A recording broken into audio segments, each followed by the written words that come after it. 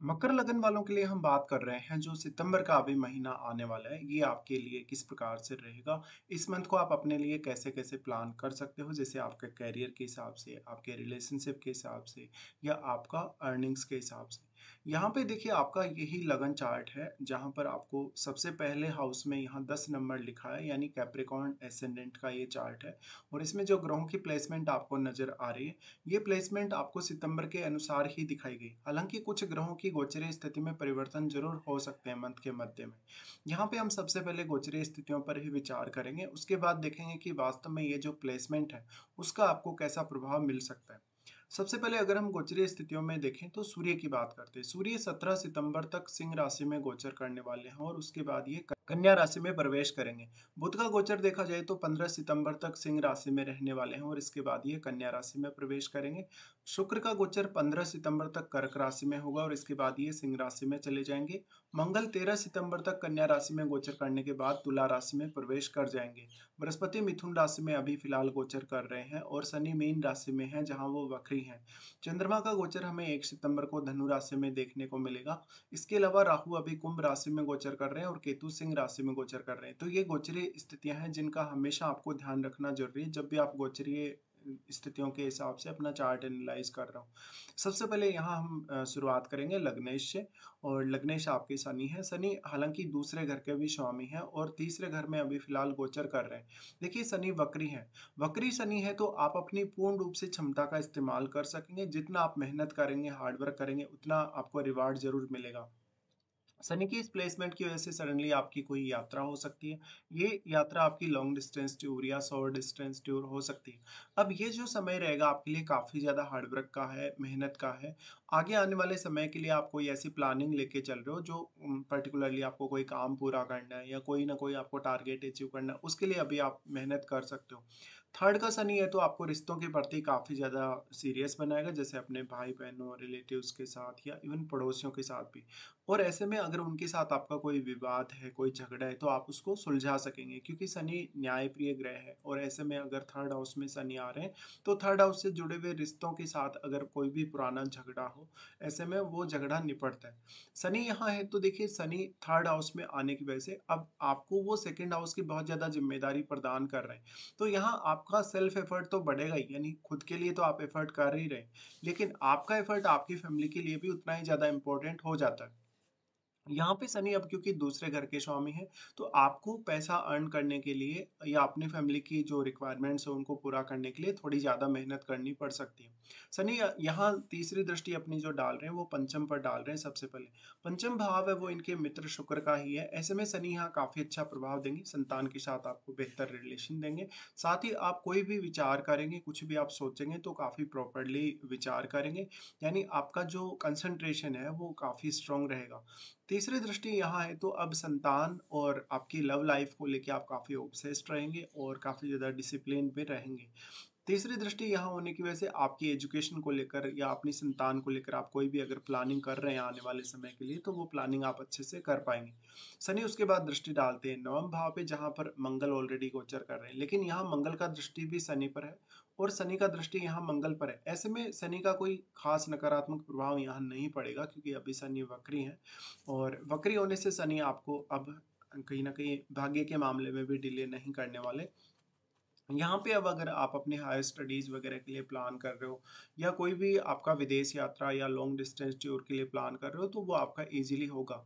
उसके बाद अगर देखा जाए तो यहाँ पे शनि का दृष्टि जाएगा आपके 12वें घर में जहाँ पर अब वो गुरु के ही घर में गोचर भी कर रहे हैं और गुरु के भाव यानी धनु राशि पे दृष्टि भी डाल रहे हैं। अब यहाँ पे इंटरेस्टिंग ये है कि जो स्थिति बन रही है उसके अकॉर्डिंग मंगल का दृष्टि पड़ रहा है यहाँ पे गुरु का भी खुद का दृष्टि पड़ रहा है और शनि का भी दृष्टि पड़ रहा है। ऐसे में अगर आपका कोई भी पर्टिकुलर काम अगर 12th हाउस से जुड़ा है तो आपको काफ़ी लाभ मिल सकता है। जैसे आप अगर विदेश में रह रहे हैं या पहले से ही विदेश में सेटल्ड हैं तब भी ऐसा जो स्थिति बना हुआ है उसकी वजह से आप अपने 12वें घर से संबंधित कार्यों को काफ़ी सीरियसली लें तो काफ़ी इजीली आप अपने कार्यों को पूरा कर पाएंगे। फिर उसके बाद हम आगे बढ़ जाते हैं और यहाँ गुरु के बारे में बात कर लेते हैं। गुरु आपके चार्ट में तीसरे घर के स्वामी और 12वें घर के स्वामी हैं। गुरु 6th हाउस में अभी फिलहाल गोचर कर रहे हैं, जो आपके करियर के लिए बहुत ज़्यादा अच्छे साबित होंगे। इसके अलावा आपको कोई भी प्रकार की आर्थिक रूप से दिक्कत आ रही है, कोई भी प्रकार की परेशानी आ रही है, आपको रूटीन में या अपने करियर में कोई दिक्कत आ रही है, उससे रिलेटेड डिसीजन आप काफ़ी अच्छे से ले पाएंगे। गुरु मेनली ज्ञान और बुद्धि के कारक ग्रह हैं। ऐसे में आप अपना पूर्ण रूप से जो क्षमता है आपकी, आपकी जो बौद्धिक क्षमता है या जो आपका टैलेंट है, उसका इस्तेमाल 6th हाउस से जुड़े हुए जो समस्या है उनमें कर पाएंगे। गुरु की यहाँ प्लेसमेंट है, तो गुरु यहाँ तीसरे घर के स्वामी होकर आ रहे हैं।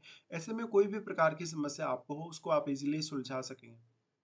गुरु फिर आपके चार्ट में 12वें घर के लॉर्ड है और वो 12वें भाव पे अपने दृष्टि भी डाल रहे हैं। तो यहाँ गुरु आपको विदेश के थ्रू काफी फायदा देने वाले हैं। अगर आप कोई भी प्रकार की आध्यात्मिक क्रिया वगैरह कर रहे हैं, कोई भी पूजा पाठ वगैरह कर रहे हैं, उसमें भी गुरु आपको पूर्ण रुचि देने वाले हैं। गुरु की दृष्टि सबसे पहले 10th हाउस पे रहेगी, जहाँ पर वो आपको कैरियर में बेहतर डिसीजन लेने के लिए प्रेरित करेंगे, साथ साथ में कैरियर में काफी पॉजिटिविटी देंगे। कैरियर से संबंधित कोई बहुत बड़ा फैसला इस समय आप ले सकते हैं। यहाँ पे अब लेकिन आपको ये ज़रूर देखना होगा कि क्या 10वें भाव में कोई अन्य ग्रह स्थित है या नहीं। गुरु का दृष्टि फिर अपने ही भाव पे रहेगा, जहाँ गुरु आपको काफ़ी ज़्यादा प्रोटेक्ट भी कर रहे हैं एक तरीके से। तो यहाँ पे आपके जो-जो भी खर्चे होंगे कहीं न कहीं खुद की हेल्थ के लिए, परिवार के लिए या जो भी आपका रूटीन है उसके लिए ज़्यादातर खर्चे देखने को मिलेंगे। बट 12वें घर पे गुरु का दृष्टि है और 12वाँ घर स्वयं अगर गुरु का ही है, तो ये दान दक्षिणा की तरफ भी इशारा करता है, यानी कुछ चैरिटी वगैरह आप कर दें। उसके बाद गुरु का दृष्टि आ जाता है 2nd हाउस पे। देखिए राहु यहाँ बैठे हैं और राहु का दृष्टि भी गुरु पर है। वैसे हम जो कुंभ का राहु होता है उसको काफ़ी ज़्यादा अच्छा मानते हैं, और अगर गुरु की दृष्टि भी पड़ जाए तो ये और भी ज़्यादा अच्छा हो जाएगा। और जो कुंभ राशि है उसमें गुरु के परिणाम वैसे भी काफ़ी ज़्यादा बेहतर रहते हैं। ऐसे में गुरु आपको यहाँ फैमिली रिलेटेड और धन रिलेटेड मामलों में काफ़ी सपोर्ट करते हुए नजर आएंगे। अब यहाँ जो स्थिति बन रही है, क्योंकि शनि भी वक्री स्थिति में चल रहे हैं और सेकंड लॉर्ड वक्री स्थिति में होने की वजह से खास कोई दिक्कत आपको अपनी फैमिली वगैरह को लेकर नहीं होगी। लेकिन यहाँ राहु आपको काफ़ी ऑब्सेशन दे रहे हैं, काफ़ी ज़्यादा आपको इनकम के सोर्सेज या काफ़ी सारे ऐसे फ्यूचर के लिए कुछ प्लानिंग दे सकते हैं, जिससे आपको आने वाले समय में काफ़ी ईजी रहेगा। इसके बाद हम देखते हैं मंगल को। मंगल आपके 4th लॉर्ड है और साथ में वो आपके चार्ट में 11वें घर के भी स्वामी है। इसलिए मंगल का गोचर हमारे लिए बहुत ही ज़्यादा इंपॉर्टेंट हो जाता है। नवम में इस समय मंगल गोचर कर रहे हैं, जो आपके 10th हाउस में भी बाद में प्रवेश करेंगे। मंगल का जो 10th हाउस में प्रवेश होगा लगभग 13 सितंबर के बाद होगा। तो मंगल का यहाँ गोचर करना ये आपको फैमिली के साथ कोई लंबा टूर के लिए दिखाता है। आपको हायर स्टडीज से रिलेटेड डिसीजन वगैरह लेने से फ़ायदा होगा। विदेश के साथ जुड़े हैं या किसी अदर स्टेट वगैरह में आप रह रहे हैं और अपनी हायर स्टडीज़ को कंप्लीट कर रहे हैं, तो ये काफ़ी अच्छा है आपके लिए। यहाँ जो प्लेस्ड मंगल है वो सबसे पहले दृष्टि डालता है आपके 12th हाउस पे, जहाँ पर वो आपको काफ़ी आध्यात्मिक उन्नति और बाकी मामलों में प्रोग्रेस देगा। साथ ही 12वें घर से संबंधित डिसीजन लेने के लिए भी आपको अच्छे से प्रेरित करेगा। देखिए मंगल क्योंकि अब वो लाभ स्थान के स्वामी, लाभ स्थान और 4th हाउस के स्वामी, ऐसे में आपका अगर आप विदेश रह रहे हैं, किसी भी प्रकार की आपको कोई समस्या है, तो उस चुनौती से आप इजीली निपट पाएंगे। मंगल बहुत ही ज़्यादा आपको डेडिकेशन और एग्रेशन देने वाले हैं। ऐसे में जो भी लोग आध्यात्मिक कार्य कर रहे हैं, पूजा पाठ वगैरह कर रहे हैं, कोई सिद्धि या साधना वगैरह कर रहे हैं, उन लोगों को इससे काफ़ी फायदा होगा। ऐसा मंगल है तो जो भी लोग अपनी हायर स्टडीज़ पे ज़्यादा ध्यान दे रहे हैं या ज़्यादा फोकस कर रहे हैं, उनको भी विशेष फ़ायदा मिलेगा। उसके बाद मंगल यहाँ से दृष्टि डालेंगे 3rd पे, जहाँ पर वो अब यहाँ क्योंकि शनि पर दृष्टि डाल रहे हैं, तो 3rd हाउस पर जब मंगल की इस तरीके से दृष्टि पड़ेगी, वो अपने मित्र के घर पे ही दृष्टि डाल रहे हैं।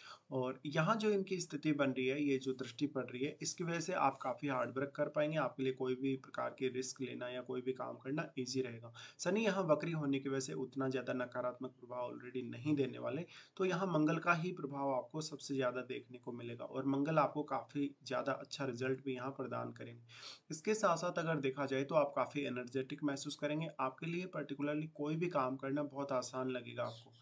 मंगल फिर अपने ही घर पे दृष्टि डाल रहे हैं, यहाँ से वो नवम भाव में बैठकर 4th हाउस पे और अपने मूल त्रिकोण घर पर भी। तो यहाँ वो ज़्यादा से ज़्यादा आपको प्रोटेक्ट कर रहे हैं, आपको फैमिली रिलेटेड मामलों में, घरेलू मामलों में काफ़ी अच्छा सपोर्ट कर रहे हैं।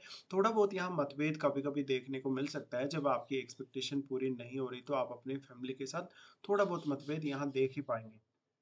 फिर मंगल आ जाएंगे आपके 10th में, जहां वो अब गोचर करेंगे 13 सितंबर से। 13 सितंबर से जो इनका गोचर होगा ये आपके लिए काफ़ी फेवर करेगा, क्योंकि कैरियर से रिलेटेड डिसीजन लेने के लिए भी ऐसा मंगल आपको काफ़ी प्रेरित करेगा। साथ में क्योंकि वो 11वें घर के लॉर्ड है और 4th लॉर्ड में, ऐसे में घरेलू कार्यों के साथ साथ आप अपनी प्रोफेशनल लाइफ पे बहुत ही ज़्यादा फोकस कर सकेंगे।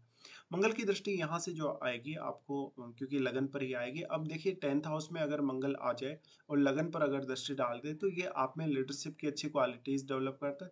आपका कोई भी पर्टिकुलरली गोल हो अपने करियर को लेकर उसको आप इजीली अचीव करने के लिए देखेंगे।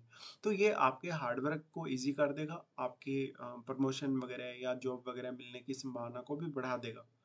उसके बाद मंगल यहाँ से जो एस्पेक्ट कर रहेंगे 4th हाउस यहाँ पर 4th हाउस पर इनका एस्पेक्ट रहेगा यानी आपके यहाँ उनके खुद के ही घर पे। ऐसे में 4th हाउस से रिलेटेड मामलों में थोड़ी तेज़ी आएगी क्योंकि मंगल अपनी एनर्जी यहाँ प्रोवाइड कर रहे हैं और घर ये उनका ही है। ऐसी स्थिति में आपके पारिवारिक जो मामले हैं उन पर आप ज़्यादा ध्यान दे सकेंगे। मंगल फिर यहाँ से दृष्टि डालते हैं पंचम पे। पंचम पे ये दृष्टि आपके लिए बहुत ही ज़्यादा फेवरेबल है क्योंकि देखिए यहाँ आपका पंचम भाव है और ये आपके निर्णय लेने और आपके सोचने समझने से संबंधित है। इसलिए यहाँ जब मंगल की एनर्जी इस हाउस को मिल रही है तो आप काफ़ी जल्दी सोच पाएंगे, किसी भी विषय पर बहुत ही जल्दी डिसीजन भी ले पाएंगे। इसके अलावा संतान से आपकी थोड़ी अपेक्षाएं ज़्यादा रहेंगी। अगर आपका किसी से कोई प्रेम संबंध है, कोई ना कोई अफेयर वगैरह है, तो सामने वाले से बहुत ज़्यादा आप अटैच्ड रहेंगे। तो मंगल का प्रभाव ज़्यादातर केस में अच्छा ही रहेगा। इसके अलावा 5th हाउस के थ्रू आपको कुछ हद तक इनकम होने की संभावना रहेगी और आपका टैलेंट बढ़ने की संभावना रहेगी। उसके बाद हम देखते हैं शुक्र को। शुक्र आपके 5th हाउस के स्वामी और चार्ट में वो 10वें घर के लॉर्ड है। शुक्र का गोचर देखा जाए तो अभी सप्तम भाव में शुक्र गोचर करेंगे। ये एक परफेक्ट रिलेशनशिप या मैरिज के लिए योग बनेगा। जो लोग मैरिड हैं उनकी लाइफ में कोई और की एंट्री हो सकती है, जैसे आपका कोई अदर रिलेशनशिप बन सकता है किसी से, आपका किसी से कोई प्रेम संबंध चल रहा है या कोई एक्स्ट्रा मैरिटल अफेयर चल रहा है, तो शुक्र यहाँ आपको काफी फायदा देने वाले हैं। शुक्र आपके नेम फेम को बढ़ाने का भी काम करेंगे और क्योंकि वो 10th लॉर्ड है इसलिए शुक्र का प्लेसमेंट हमारे लिए बहुत ज्यादा इंपॉर्टेंट हो जाता है। स्त्रियों के केस में अगर देखा जाए तो शुक्र का आना कहीं न कहीं उनके बिज़नेस को काफ़ी तेज़ी से ग्रो कर सकता है। अगर शुक्र से रिलेटेड ही आपका कोई भी बिज़नेस है, जैसे आप कोई होटल व्यवसाय से जुड़े हैं, कोई भी प्रकार के मेकअप आर्टिस्ट लोग या जो लोग कुछ ऐसे काम कर रहे हैं जहाँ पर शुक्र का कहीं न कहीं इन्वॉल्वमेंट है, या जो भी लोग मिठाई वगैरह से संबंधित काम करते हैं, फूड रिलेटेड कोई भी काम करते हैं, तो ज़्यादातर उन लोगों को फ़ायदा होगा शुक्र के इस गोचर से। शुक्र यहाँ दृष्टि डालते हैं लगन पर, तो लगन पर दृष्टि डालेंगे तो ये भौतिक सुख-सुविधाओं के मामले में आपको सपोर्ट करेगा। शुक्र आपके चार्ट में क्योंकि पंचमेश है और पंचमेश होकर अगर सप्तम में आ रहे हैं, तो जो भी लोग इस समय लव मैरिज करना चाहते हैं, उनके लिए बहुत ज़्यादा अच्छी स्थिति बन रही है और ये सडनली अगर आपका अफेयर वगैरह नहीं है, तो कोई ना कोई प्रेम संबंध देगा या कोई ना कोई अफेयर में आपको डालेगा ही। ऐसे में आप किसी के साथ कोई भी पर्सन आपके साथ जुड़ा है या आप किसी से मिले तो आप उसके साथ घूमने फिरने भी जा सकते हैं। अब ये शुक्र जो है वो रिलेशनशिप और मैरिड लाइफ के लिए जितना इम्पोर्टेंट है उतना ही इम्पोर्टेंट कैरियर के लिए भी है। ऐसे में आप अपना नया कोई बिजनेस स्टार्ट कर सकते हैं या बिजनेस से रिलेटेड कुछ अच्छे फैसले ले सकते हैं। पार्टनरशिप के लिए भी ऐसा शुक्र काफ़ी अच्छा साबित होगा। बट यहाँ सबसे ज़्यादा इंपॉर्टेंट होगा हमारे लिए सप्तम भाव में बैठा हुआ ग्रह और आपके चार्ट में चंद्रमा की स्थिति। तो ये सब आपको जरूर चेक करना चाहिए। उसके बाद शुक्र जा रहे हैं अष्टम में, जहाँ पर वो उतनी अच्छी स्थिति में नहीं होंगे क्योंकि लियो साइन में हम शुक्र को उतना अच्छा नहीं मानते और ऑलरेडी यहाँ क्योंकि सूर्य का प्रभाव रहेगा, केतु का प्रभाव रहेगा और बुध का भी। तो अष्टम भाव में देखा जाए तो यहाँ सूर्य ही सबसे ज्यादा प्रभावी और पावरफुल रहेंगे। बट केतु के साथ शुक्र का युति होना आपके अष्टम में, ये कहीं ना कहीं आपको थोड़ा रिलेशनशिप में असंतुष्ट करेगा। आपके पार्टनर के थ्रू या उनकी फैमिली के थ्रू आपको कोई विशेष लाभ नहीं होगा। यहाँ कुछ हद तक हो सकता है आपका कोई ना कोई सीक्रेट रिलेशनशिप हो या सीक्रेट कोई अफेयर हो। शुक्र यहाँ आएंगे तो शुक्र फिर दृष्टि डालते हैं राहु पर, जहाँ वो सेकंड हाउस के लिए तो काफी बेहतर परिणाम लाएंगे, लेकिन अष्टम में शुक्र का आना उतना अच्छा साबित नहीं होने वाला आपके लिए। उसके बाद हम यहाँ देखते हैं बुध को। बुध आपके चार्ट में छठे घर के स्वामी और आपके चार्ट में वो नवम घर के स्वामी हैं। देखिए इन दोनों ही भावों के स्वामी होकर बुध अष्टम में गोचर कर रहे हैं। अष्टम में गोचर कर रहे हैं तो ये रिसर्च से जुड़े लोगों के लिए बहुत ज़्यादा अच्छा है। हायर स्टडीज से जुड़े लोगों से कहीं ना कहीं आप कुछ बहुत बड़ी उम्मीद कर सकते हैं इस मामले में, क्योंकि बुध यहाँ गोचर कर रहे हैं तो उनके लिए उनका काम करना काफ़ी ईजी हो जाएगा। बुध यहाँ पे आपकी वाणी को भी प्रभावित करेंगे। अगर अष्टम से संबंधित आप कोई बिजनेस वगैरह कर रहे हैं तो पार्टनरशिप को अवॉइड करें। यहाँ पे हो सकता है कि आपका कोई भी मौखिक वार्तालाप या ऐसा कुछ आपका कन्वर्सेशन हो सकता है अपने इन लॉज के साथ।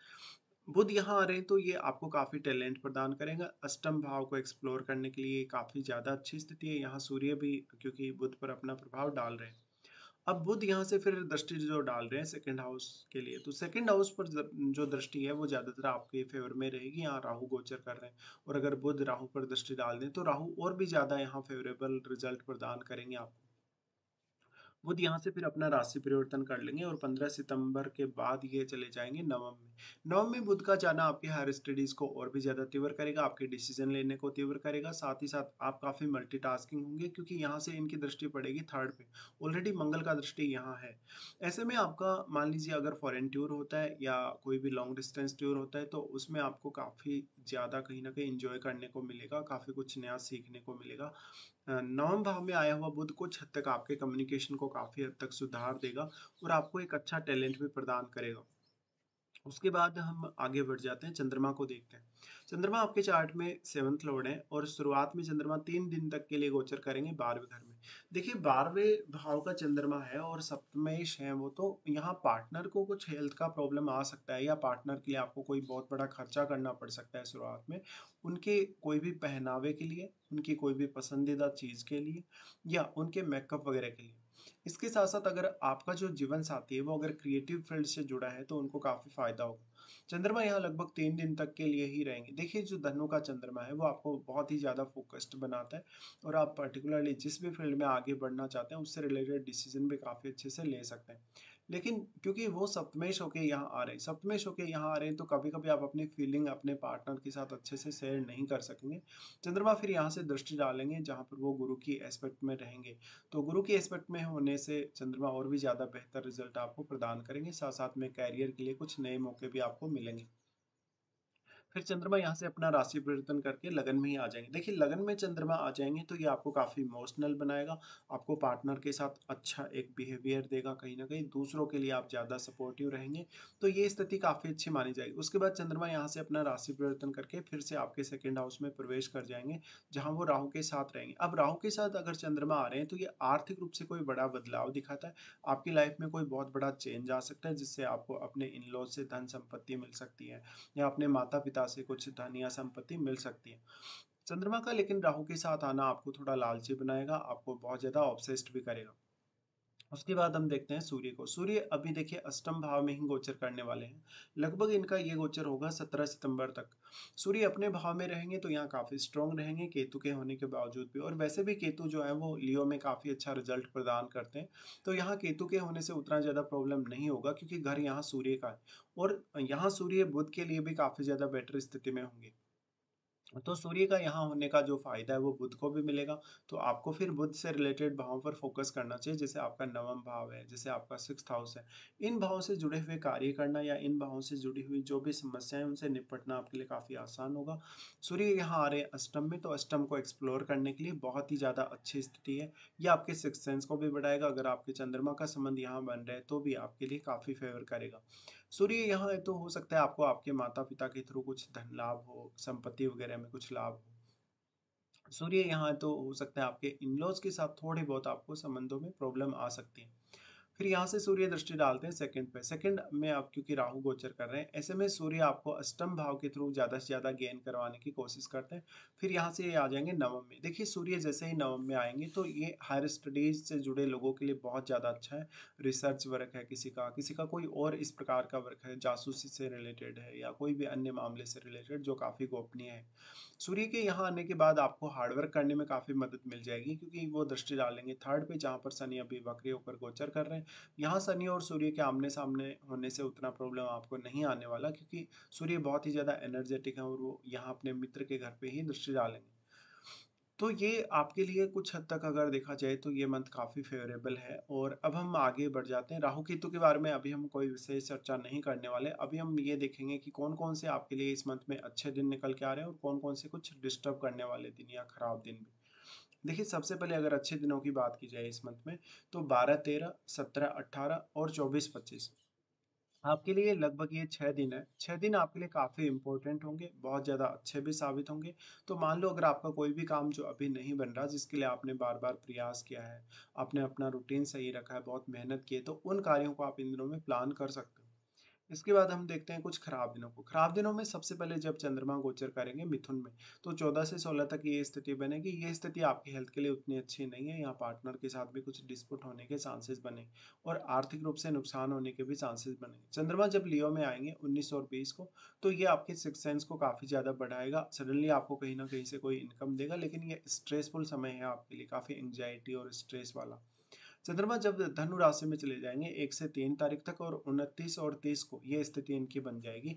यहाँ ये आपको कोई सडनली कोई ट्यूर दे सकते हैं, आध्यात्मिक उन्नति काफ़ी ज़्यादा देंगे, स्वास्थ्य की कुछ प्रॉब्लम हो सकती है, इवन जीवन साथी को भी। तो चंद्रमा का 12वें घर में आना उतना अच्छा नहीं है। फिर लाइफ़ के लिए कोई बहुत ही इम्पोर्टेंट डिसीज़न अगर आपको लेना हो तो उसको भी आप थोड़ा अवॉइड कर सकते हैं। तो ये कुछ आपके लिए खराब दिन है। फिलहाल हमने यहाँ पूरा डिस्कस किया। आपको वीडियो देखने के लिए धन्यवाद।